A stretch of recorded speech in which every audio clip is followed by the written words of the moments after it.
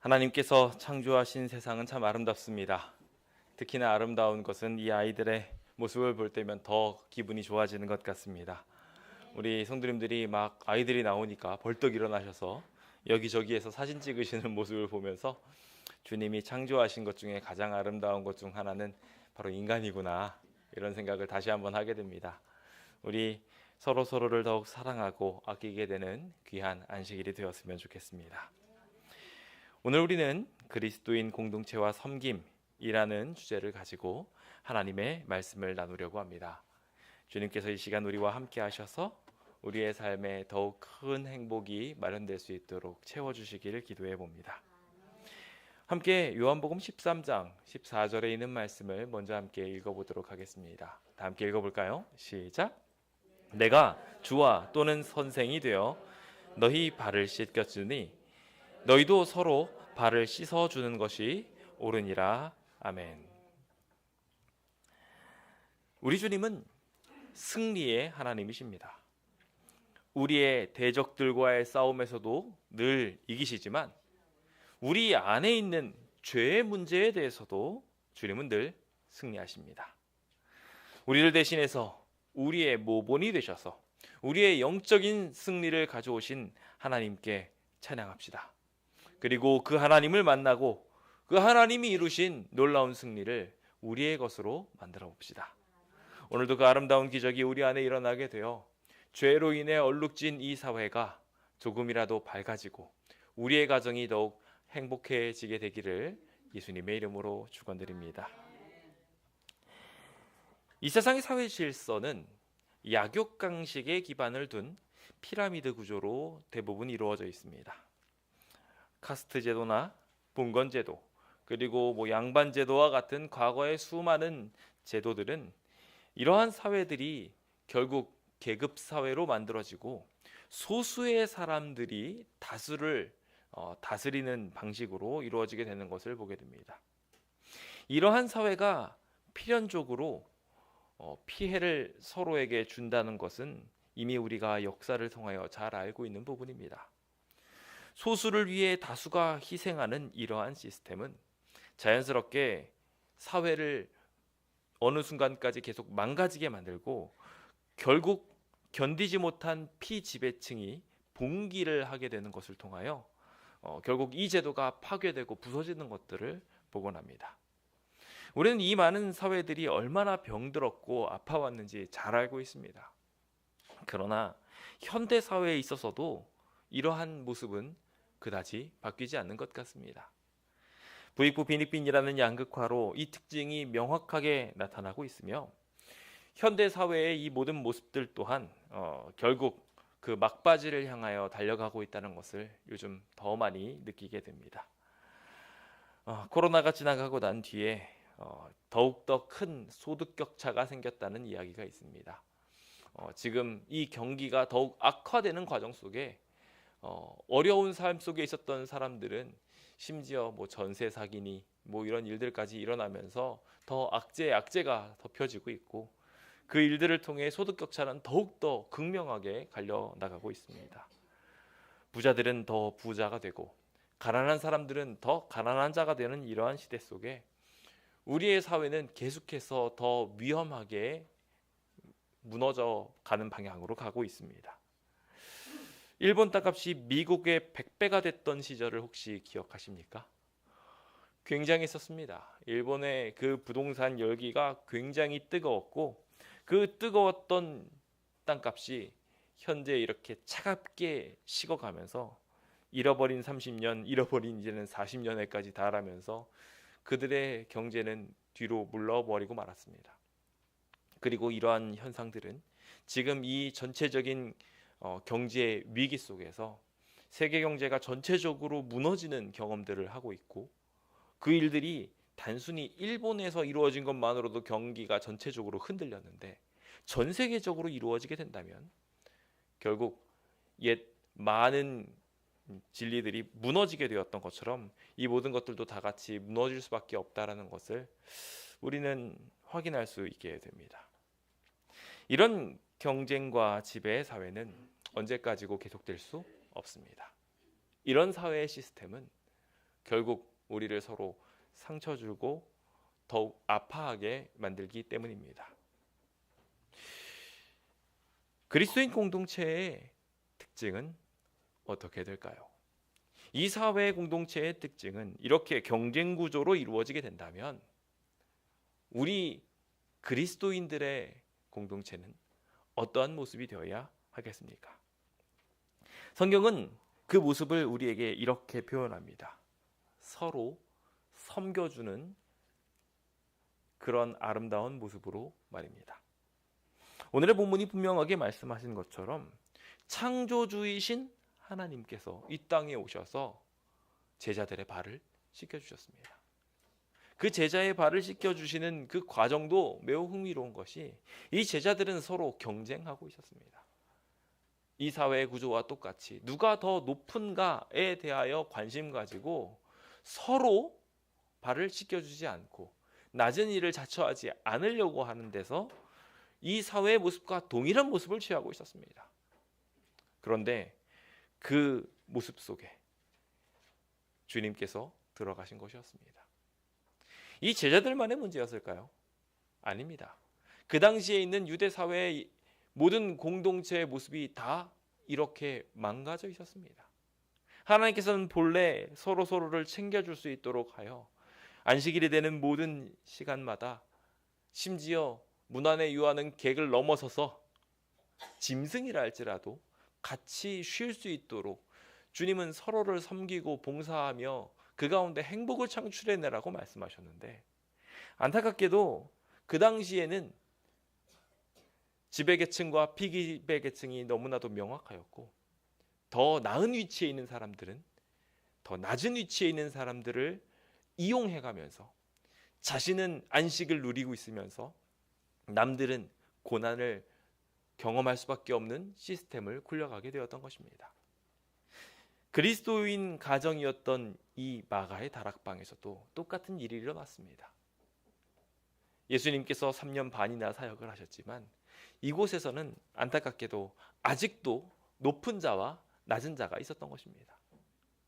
모든 이들이 너무나도 바쁜 와중에 여기 발 씻을 자가 없게 되었을 때 이 가장 낮은 일을 수행할 사람이 없는 일이 발생하게 되었습니다. 서로 불편하게 되었고 이 공동체는 와해되기 일보 직전까지 가게 되었습니다. 그때 주님께서 이 망가져가는 사회를 고치기 위해 개입하셨던 것입니다.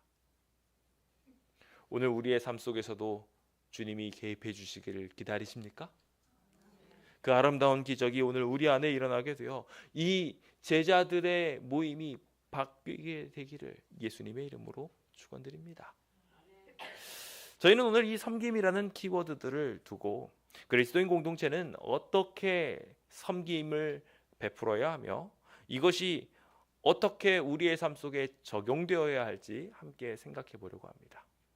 특히 이 가정의 달, 이 가정 공동체들이 우리 교회를 이루고 있는 만큼 그리스도인 가정마다 이와 같은 섬김의 자세들이 만들어지게 되었으면 좋겠습니다.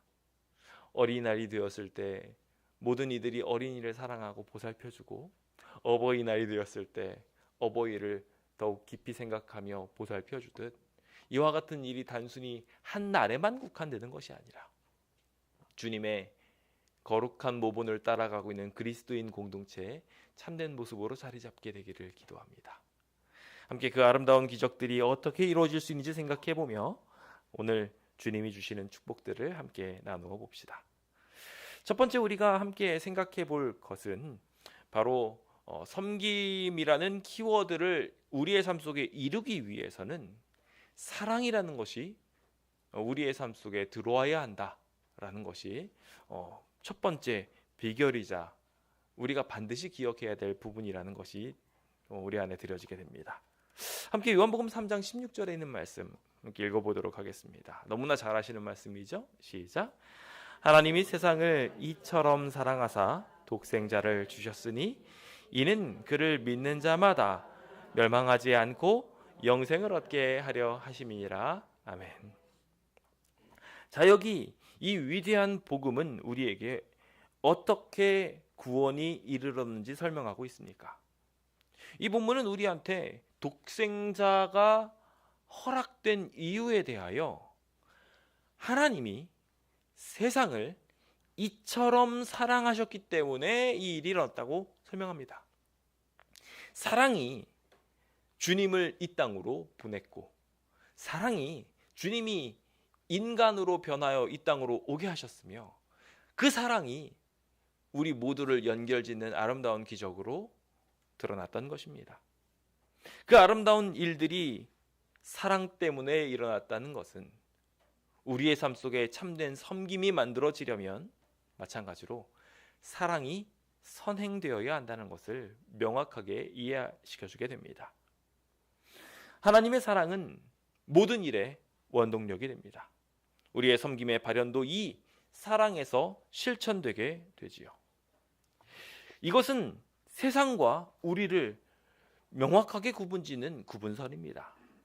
요한일서 3장 1절에서도 우리에게 베풀어 주신 이 사랑의 특징이 하나님의 자녀라 일컬음을 받게 만들었다고 설명하고 있습니다. 세상은 이 위대한 사랑을 알지 못하기 때문에 이 사랑을 알지 못함으로 인하여 결국 우리의 모든 모습들을 이해할 수 없게 될 것이라고 말하고 있습니다. 오늘 우리의 삶 속에 이 위대한 사랑의 특징이 만들어져야 비로소 섬김과 사랑이 만들어지게 되는 것입니다. 예수님께서는 끝까지 이 섬김에 대해서 시험 받으셨습니다. 당신의 사랑하는 제자한테 배신당하셔서 팔리셨어요. 그리고 자신의 제일 앞잡이라고 말하면서 따라갔던 수제자라고 자칭 말하는 베드로가 예수님의 목전에서 3번이나 저주하는 것을 아셨지만, 경고하셨지만 똑같이 이루어지는 것을 보셨습니다. 근데 문제는 그런 이들을 위해서 예수님께서는 십자가에 달려 돌아가셨어야 됐어요. 여러분이라면 어떤 감정이 드시겠습니까? 이렇게 말해도 듣지도 않고 이해도 못하고 맨날 배반을 하는 이런 이들을 위해서 섬길 수 있으시겠습니까? 이게 참 우리가 그냥 쉽게 생각하니까 그렇지, 우리의 삶을 잠깐만 뒤돌아봐도 이게 정말 어려운 일이라는 것을 느끼게 됩니다. 100가지를 잘하고 한 가지만 실수해도 기분 나쁜 게 우리들이에요. 근데 우리는요 100가지를 실수하고 한 가지만 잘해요. 그리고 그 한 가지 잘하는 거를 정말 나는 의인이야 라고 생각하는 게 저희들의 모습이에요. 완전히 우리의 모습은 정말 예쁜 데라고 찾아보기가 어려워요. 그런데 우리 주님께서는 이 모든 것을 감내하셨어요. 어떻게 감내하셨을까요? 제가 저희 아이들이랑 같이 하루를 보내다 보면 하루 종일 전쟁을 하는 것 같습니다. 이 아이들이 말을 잘 듣느냐? 네, 대답은 잘해요. 가끔 그 대답을 할 만한 걸 듣지도 못하고 뭐 그런 것들은 문제가 될 수 있을지 모르겠지만 착하기는 착한 것 같아요. 그런데 대답은 해놓고 안 해요. 왜 이렇게 안 하는지 모르겠어요. 자, 가가지고 씻으라고 이야기하면 네 대답하고서 돌아다녀요. 계속 여기저기 지저분한 손으로 만지고 돌아다니고 있어요. 또 씻으라고 이야기하면 그 다음에는 네라고 이야기하면서 근데 이거부터 하면 안 되냐고 또 이야기를 하기 시작합니다. 왜 거기서 근데가 나오는지는 모르겠어요. 정말 신기하게도 계속 이렇게 하고 하루 종일 씨름을 하는데 이제 잠잘 때가 되어서 같이 하나님 말씀을 나누고 기도하라고 이야기하고 잠들어 있는 모습을 보면요 너무 사랑스러워요. 오늘도 이 아이에게 바른 길로 가라고 계속 이야기를 하는 제 모습을 보면서 그냥 귀찮으면 내버려 두면 되는데, 그냥 신경 쓰지 말고 아프든 말든 더러운 손으로 집어먹든 말든 내버려 두면 되는데 계속 그걸 채근하고 좋은 방향으로 가라고 이야기하고 어떻게든지 뭔가 좋은 걸 해주려고 여태까지 벌어왔던 모든 것들 다 투자해가면서 이 아이한테 주는 걸 보면 이게 하나님의 마음의 일부구나 것을 느끼게 됩니다. 어떻게 부모가 자식에게 이 많은 일들을 할 수 있게 된 걸까요? 저는 그건 사랑 아니면 불가능하다고 생각을 합니다. 이 위대한 사랑이 가능하게 만들었던 것입니다. 오늘 우리의 섬김은 어떻게 이루어집니까? 어떻게 아침마다 일찍 일어나서 엄마가 밥을 하고 맨날 난장판으로 만들어둔 밥상을 보면서 밥풀을 치우고 다시 청소를 하고 옷을 개고 빨래를 하고 계속 이게 가능한 걸까요? 돈도 하나도 못 받는데? 나중에 용돈 받으시려고 그러시는 겁니까? 사랑 때문이에요. 주님이 그리스도인 공동체에 기대하는 것도 마찬가지입니다. 주님은 우리를 향하여 사랑한다고 말씀하시며 그 위대한 사랑이 우리 안에도 있게 되기를 간절히 바라셨습니다. 제자들이 서로 치고받고 싸우고 있을 때 이 사랑의 관계가 깨지지 않기를 바라셔서 주님이 섬김을 받아야 될 위치임에도 불구하고 주님은 섬김을 받으려 하지 않고 도리어 섬기려 하시고 지금 이 순간 자기 목숨을 주기 위하여 내가 목숨을까지도 줄 건데 내가 이거 못하겠니? 라고 이야기하며 허리에 수건을 두르셨던 것입니다. 가장 더러운 부분을 씻기시고 우리를 섬겨 주셨던 것입니다. 그 아름다운 사랑의 기적이 오늘 우리 안에 일어나게 되길 예수님의 이름으로 축원드립니다. 주님은 이 사랑 때문에 죽기 위해 이 세상에 태어나셨습니다. 죽기 위해 살아가셨고요. 죽기 위해 모든 봉사를 하셨습니다. 병자를 고치시는 일이 자기에게 죽음이 될 걸 아시면서도 안식일에 병자를 고치시는 것을 포기하지 않으셨어요. 주님은 우리가 올바른 길로 가기를 바라는 간절한 마음으로 사두개인들, 바리새인들 모든 이런 기존 세력들의 가르침이 잘못되었을 때는 이들이 나를 죽일 것을 알고 있으면서도 바른 길을 가르쳐 주셨어요. 이게 사랑이 아니면 어떻게 가능하겠습니까? 오늘 우리의 삶 속에서도 이와 같은 사랑의 모본이 이루어지게 되길 예수님의 이름으로 축원드립니다. 그 위대한 사랑이 우리 안에 만들어지게 될 때 비로소 우리는 저 천국을 이 땅에서 맛보게 될 것입니다. 가정이 유지되는 것, 우리의 사회가 유지되는 것, 이것은 다 하나님의 사랑의 편린들이 남아있기 때문입니다. 그 편린을 가장 많이 가지고 있는 우리 교회가 하나님의 사랑을 실천해야 되지 않겠습니까? 서로 더욱 사랑하는 아름다운 기적이 일어나게 되었으면 좋겠습니다. 한번 서로를 좌우로 눈을 돌려서 쳐다봐 주시겠습니까? 사랑스러운 눈빛을 한번 발사해 주십시오. 그 사랑스러운 눈빛으로 서로 쳐다보시는 겁니다. 저절로 웃음도 나오고 화목해지지 않습니까? 설교를 듣는 내내 굳은 얼굴이셨던 분도 이 시간은 눈이 환하게 바뀌는 것을 보게 됩니다. 그 위대한 기적이 우리 안에 일어나게 되길 기대합니다. 함께 서로 사랑하며 섬깁시다. 두 번째로 우리의 삶을 아름답게 만드는 이 섬김의 키워드는 겸손입니다. 이 겸손이라는 키워드는 우리의 삶 속에 반드시 필요합니다. 사랑만으로 해결되지 않는 열쇠들이 우리가 죄인이기 때문에 생겨나게 되죠. 이 죄인임을 인정하고 서로를 낮추게 될 때 사랑도 더 큰 사랑이 됩니다. 마치 짝사랑이 더 뜨겁고 더 헌신적인 것처럼 우리가 상대보다 낮아지게 될 때 항상 상대가 승리자가 되고 그가 모든 것을 가져갈 수 있도록 내어줄 수 있게 바뀌기 때문입니다. 오늘 우리의 사랑이 완전해지기 위하여 내가 더 강한 자, 더 능력 있는 자가 되어서 섬김을 받으려는 사랑을 하려는 것이 아니라 섬기고 나눠줄 수 있는 사랑이 되도록 우리 스스로를 낮추게 되었으면 좋겠습니다. 베드로전서 5장 5절입니다. 함께 읽어보겠습니다. 시작. 젊은 자들아 이와 같이 장로들에게 순종하고 다 서로 겸손으로 허리를 동이라. 하나님은 교만한 자를 대적하시되 겸손한 자들에게는 은혜를 주시느니라. 아멘. 주님은요, 장로와 교회 지도자들이 이 젊은이들을 위해서 봉사하는 모든 모습들을 열거하시며 그것을 받는 모든 이들도 마찬가지로 서로 섬기며 장로들에게 순종하는 것을 통하여 겸손한 모습으로 이 모든 공동체를 아름답게 만들어야 된다고 말하고 있습니다. 그러면서 주님은 명확하게 말씀하시기를 교만한 자, 스스로 높아져 있는 이 사람들, 나는 나이가 많으니까 혹은 나는 이런 모든 것들을 받아 마땅하니까 라고 생각하면서 쫙 등을 피고 이렇게 기대에 있는 사람들을 대적하신다고 말씀하고 계십니다.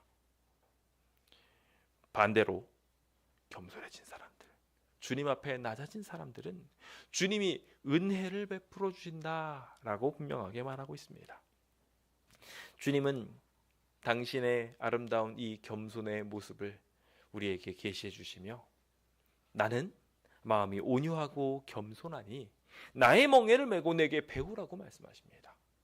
주님이 온유하고 겸손하시기 때문에 그 온유하고 겸손한 삶을 우리의 삶에 짊어지라고 초청하고 계신 것입니다. 멍에를 메는 것, 그것은 우리의 일을 편안하게 할 수 있도록 만들어주는 비결이 됩니다. 당장 그것을 짊어지는 것이 무거울지는 모르겠지만 그것을 통해서 훨씬 더 많은 일들을 할 수 있게 만들어주는 것이죠. 우리의 사회 속에 겸손을 장착하는 것, 주님의 마음으로 낮아지는 것을 장착하는 일도 똑같습니다. 당장 우리 안에 이 겸손이라는 것을 딱 장착하면 되게 무겁습니다. 불편합니다. 내가 왜 이래야 되지? 이런 생각도 듭니다.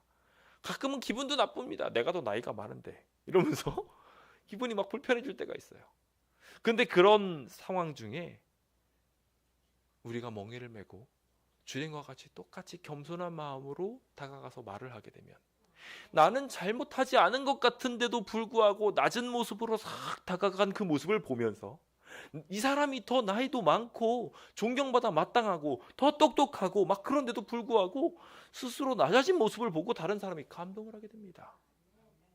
멍에가 일을 쉽게 만들듯 이 공동체의 모든 문제들을 편안하게 풀 수 있도록 만듭니다. 그 아름다운 기적들이 우리의 가정에서 우리의 공동체에서 이루어지게 되길 예수님의 이름으로 축원드립니다. 그 일들을 통하여 우리는 먼저 우리의 마음에 쉼을 얻게 될 겁니다. 주님이 우리를 구원하시는 것을, 그 행복을 맛보게 될 것이라고 주님 분명하게 말씀하십니다. 주님은 그것을 가리켜서 선한 것, 올바른 것, 좋은 것이라고 말씀하셨어요. 이 선한 것을 우리의 삶 속에 적용하며 우리가 가게 되는 것은 우리의 삶을 정말 순탄하게 만드는 일로 만들어줄 것입니다. 그래서 주님께서는 주님의 공동체에 당신의 백성들을 초청하시면서 항상 가장 먼저 보시는 것이 있었습니다. 하나님을 딱 만나면 난 하나님을 만났어서 거들먹거릴 사람들을 찾지 않으시고요. 겸손한 사람을 찾으셨어요. 항상 낮은 사람, 난 부족한 사람입니다. 주의 종이 듣겠습니다 라고 이야기하는 이 낮은 이들을 찾으셨습니다. 그러다 보니 그들은 항상 주님을 만나면서 저를 떠나십시오. 저는 죄인입니다 라고 이야기하고 나는 아이라 말할 줄 모릅니다. 변하여 썩은 듯이 나의 힘이 없어졌습니다 라고 이야기하며 굴복하는 사람들을 주님이 찾으셨습니다. 그리고 그 사람들을 보내셔서 공동체의 지도자를 삼으셨습니다. 공동체를 그렇게 물들여 가셨고 서로 섬기게 만드셨습니다. 그들이 무엇이 달랐던 것일까요? 그들은 어떻게 겸손할 수 있었던 것일까요? 저는 그 겸손의 키워드가 은혜에서 비롯되었다고 생각합니다. 모세는 왕자 출신이었습니다. 그가 왕자 출신으로 일하게 되었을 때 그는 자신의 힘과 능력으로 일했습니다. 그래서 두 사람의 싸움이 있을 때 말 안 되면 주먹을 빡 쳤습니다. 얼마나 힘이 셌으면 그냥 나가 떨어져서 죽어버렸습니다. 그는 이렇게 강력한 힘을 가지고 있는 이였습니다. 그런데 이 힘을 가지고 있었던 그는 이 문제로 인하여 도망갈 수밖에 없게 되었습니다. 그가 교만했을 때, 그의 능력을 의지했을 때 오히려 이 이스라엘 구원 사역은 자신의 목숨을 위협하는 일이 되어버리고 말았습니다. 우리의 공동체를 유지하는 데 있어서도 동일하게 내가 내 힘으로 이 모든 일을 해보겠다고 나서게 된다면 여러분들 스스로의 목숨을 좀 걱정하셔야 될 겁니다. 내가 막 자신 있어가지고 나 이거 잘해요 하고서 막 나서가지고 막 이렇게 하다가 실패하고 나면요 손가락질 막 당하면서 우르르 무너지게 됩니다. 그런데 이 모든 것들이 하나님의 은혜입니다 라고 생각하는 사람은 달라집니다. 모세가 광야로 돌아가서 자기가 아무것도 아님을 보게 되었습니다. 자신의 모습을 한번 뒤돌아보니까 생각해보니 자기는 나일강에 빠져서 죽을 수밖에 없는 위치였어요. 그것도 그냥 죽는 수준이 아니라 광주리에서 계속 굶어서 죽을 수밖에 없는 상황이었어요. 얼마 전에 한 장로님한테 이런 이야기를 들었는데 제일 고통스러운 죽음은 굶어 죽는 거라고 이야기하더라고요. 그래서 절대로 수면제를 먹고 죽는 일들은 하지 말라고. 수면제로 죽게 되는 개념이 그게 굶어서 죽는 경우들도 생긴다고 이야기를 하면서 제가 그 이야기를 들으면서 굶어 죽는 거의 위험을 깨달았는데 모세가 그렇게 죽을 뻔했습니다. 울다가 지쳐서 목말라서 배고파서 죽을 수밖에 없는 게 모세의 운명이었어요. 그런데 그 물길을 인도하신 분은 하나님이셨습니다. 그를 공주의 집안으로 들여보냈어요. 그리고 정말 신기하게도 자기의 모친의 젖을 먹고 살도록 주님께서 그것을 매치시켜 주셨으니 이게 얼마나 놀라운 기적입니까? 모든 것이 은혜였던 것입니다. 그 은혜라는 것을 알고 나니 내가 지금 이 자리에 서 있는 것이 아무것도 아니라는 것을 알게 됩니다. 그는 정말 연약한 자가 되어 내가 이 모든 일을 할 수가 없으니 하나님의 일을 동역할 사람을 주십시오라고 말할 정도로 겸손한 사람이 되었습니다. 혀가 어눌하다고 이야기하며 자신의 능력이 부족하다고 이야기하며 같이 기대고 붙잡으며 또 다른 공동체를 만드는 사람이 되었던 것입니다. 오늘 우리도 이와 같은 은혜를 깨닫는 데서부터 새로운 공동체의 겸손이라는 키워드가 열리게 됨을 보게 됩니다. 우리는 하늘나라에 가면 다 면류관 하나씩 쓸 거라고 이야기하면 주님께서 다 주신대요. 그런데요, 그 면류관을 우리가 가만히 쓰고 있지 못한다고 성경은 말합니다. 우리는 그 공동체에 들어감과 동시에 우리의 면류관을 내려놓고 주님께 가장 낮은 자세로 부복하게 될 것입니다. 그리고 그 겸손과 여호와에 대한 경외의 표현으로 말미암아 주님께서 모든 것을 허락해 주시는 것을 맛보게 될 것입니다. 이제 우리의 시선을 좌우에서 성도들을 바라보면서 사랑의 눈빛을 보다가 잠시 고개를 낮추어 옆에 사람을 섬기는 마음으로 겸손하게 우리의 눈을 내려봅시다. 제가 주님의 은혜를 받은 사람입니다. 제가 당신을 섬기기 원합니다 라고 이야기한다면 우리의 가정은 더 아름다워지지 않을까요? 우리도 옛날 곰곰이 생각해보면 우리의 부모님의 말을 지지리도 안 들었고요. 남편에게 버럭버럭, 아내한테 버럭버럭 서로 화를 내고 있지만 생각해보면 내 잘못이 더 큰 경우들도 참 많은 것을 봅니다. 이 아름다운 공동체에서 먼저 눈을 내리고 겸손하게 주님의 은혜로 내가 이 자리에 서 있습니다고 인정합시다. 그것이 우리의 길을, 우리의 공동체를 더 편안하게 만들어주는 아름다운 멍에가 될 것입니다. 그것으로 우리의 삶이 더욱 풍족해지게 되시길 예수님의 이름으로 축원드립니다. 이제 마지막으로 우리는 이 그리스도인 공동체에 가장 필요한 한 가지를 말씀드리고 싶습니다. 바로 충성입니다. 섬김에 무슨 갑자기 충성? 이런 생각이 드실 수 있는데 우리의 섬김의 기초는, 그리고 그 기본 정신이라고 할 수 있는, 사상이라고도 할 수 있는 이 기조는 충성입니다. 왜 그런지 잠시 보겠습니다.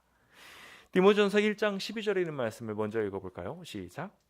나를 능하게 하신 그리스도 예수 우리 주께 내가 감사함은 나를 충성되이 여겨 내게 직분을 맡기심이니. 자, 이 말씀은 우리한테 어떻게 이야기하고 있습니까? 주님은요, 우리한테 공동체의 역할을 수행하도록 직분을 맡겨주셨는데요, 그걸 어떻게 맡겨주셨냐면 우리가 충성되다고 생각하기 때문에 주셨다고 말하고 있어요. 충성은 우리가 공동체를 유지하는 데 있어서 기본적 장착사항입니다. 우리는 이 일들을 통하여 아버지의 공동체를 이끌어갈 수 있는 힘을 얻습니다. 사랑이나 겸손과 같은 것이 우리의 마음을 무장시켜 준다면 또 다르게 우리의 결심을 확고하게 세워주는 최고의 비결 중에 하나는 이 충성입니다. 우리는 때때로 어떤 사람을 보면서 도저히 겸손해질 수 없을 만큼 저 사람을 보게 되고 또 저 사람은 도저히 사랑할 수 없어라고 생각할 수 있는 단계에도 이르게 됩니다. 우리가 죄인이다 보니까 그래요. 그럼에도 불구하고 우리의 공동체에는 사랑과 겸손과 섬김이 이루어지게 되는데 그것이 어떻게 이루어지게 되느냐? 충성 때문에 이루어지게 됩니다. 이 충성은 섬기는 대상인 우리의 이웃이 아니라 하나님입니다. 하나님을 향한 충성이 오늘 우리의 삶을 변화하게 하였던 것입니다. 성경은 누누이 말합니다. 구약 성경에 섬김이라는 단어들을 막 열심히 찾아보면요, 서로 섬기라는 얘기가 거의 등장하지 않습니다. 오직 섬기는 것은 누구냐면 여호와만 섬기라고 이야기했어요. 그래서 주님께서도 시험을 당하시면서 절하라고 사단에게 요구받았습니다. 그때 주님은 명확하게 말씀하셨습니다. 주 너희 하나님께 경배하고 다만 그를 섬겨라 라고 말씀하셨어요. 그러니까 섬김의 대상은 오직 하나님이신 겁니다. 그러니까 우리가 제대로 섬기려면 섬김을 이해해야 돼요. 우리가 섬기는 이웃을 섬기는 이유는요, 그들을 우상 숭배하듯이 따라가려는 방향이 아니에요. 만약에 우리가 이웃을 그런 식으로 섬기게 된다면 심각한 문제에 봉착하게 되는데, 하와가 선악과를 따오면 섬기는 마음으로 그 선악과를 먹어야 됩니다. 섬김의 대상이 인간이 되는 순간 이와 같은 심각한 문제를 야기하게 되더라는 것입니다. 인간은 불완전합니다. 오직 하나님만이 섬김의 대상이 될 수 있는 거예요. 우리는 그 섬김을 이웃을 보면서 할 수도 없습니다. 이웃이 나한테 섬기는 만큼 나도 섬기겠다? 이러면요, 섬김은 형성될 수가 없습니다. 서로 눈치 보면서 내가 먼저 해줘야 되나, 저 사람이 먼저 해줘야 되나 눈치만 보고 있게 되겠죠. 이렇게는 섬김이 만들어지지 않습니다. 섬김은 오직 하나님을 통해서만 배울 수 있고 하나님께만 돌려야 합니다. 주님은 그 위대한 섬김으로 우리를 섬겨주셨습니다. 우리가 섬겨야 될 그분이 우리에게 섬김의 모본을 보여주신 것입니다. 이렇게 섬기면 된단다 라고 말이지요. 그리고 그 위대한 섬김을 이웃들에게 나눠주게 하셨습니다. 여기서 계속 위대하다고 말씀드리는 이유는 밑에 사람을 향하여, 부족한 사람을 향하여, 받을 만한 가치가 없는 사람들을 향하여 이 섬김이 만들어졌기 때문이었습니다. 그 이해할 수 없는 위대한 섬김이 주님께 있었으니 우리는 그 주님을 경배하는 입장에서 내가 너의 주인이 되고 스승이 된 상태에서 이렇게 섬긴 만큼 우리도 그렇게 주님을 닮아서 섬겨야 한단다라고 주님이 초청하실 때 그 아름다운 기적을 경험할 수 있게 되는 것입니다. 성도를 섬기는 일에 목숨까지 내어주면서 내가 이 일을 이루겠다고 말했던 바울은 그가 목숨 걸었던 이유에 대하여 예수께 받은 사명 때문이라고 말하고 있어요. 성도를 섬기고 그들을 위하여 목숨까지 내어주겠다고 하는 모든 이유들이, 여기 예루살렘은 사실 자기를 죽이려고 하는 이들이었어요. 자신을 거절하고 있는 백성들, 자신에게 뭐 도와줄 수도 없는 이들을 위하여 그는 가가지고 복음을 전하고 목숨까지 초계처럼 내어 던지겠다고 말하고 있어요. 자신한테 뺨을 때리고 침을 뱉고 죽이려고 채찍질하고 그러는 사람들을 향하여 이렇게까지 섬길 수 있는 이유는 도대체 무엇일까요? 맞습니다. 하나님을 향한 충성 때문이었습니다. 이 충성이 우리를 섬기게 만들었던 것입니다. 여기서 나이가 제일 많은 사람, 여기서 제일 많이 배운 사람, 여기서 뭔가를 제일 잘하는 사람, 그 제일 잘하는 사람은, 제일 높은 위치에 있는 사람은 왜 그 자리에 있는 걸까요? 섬기라고 합니다.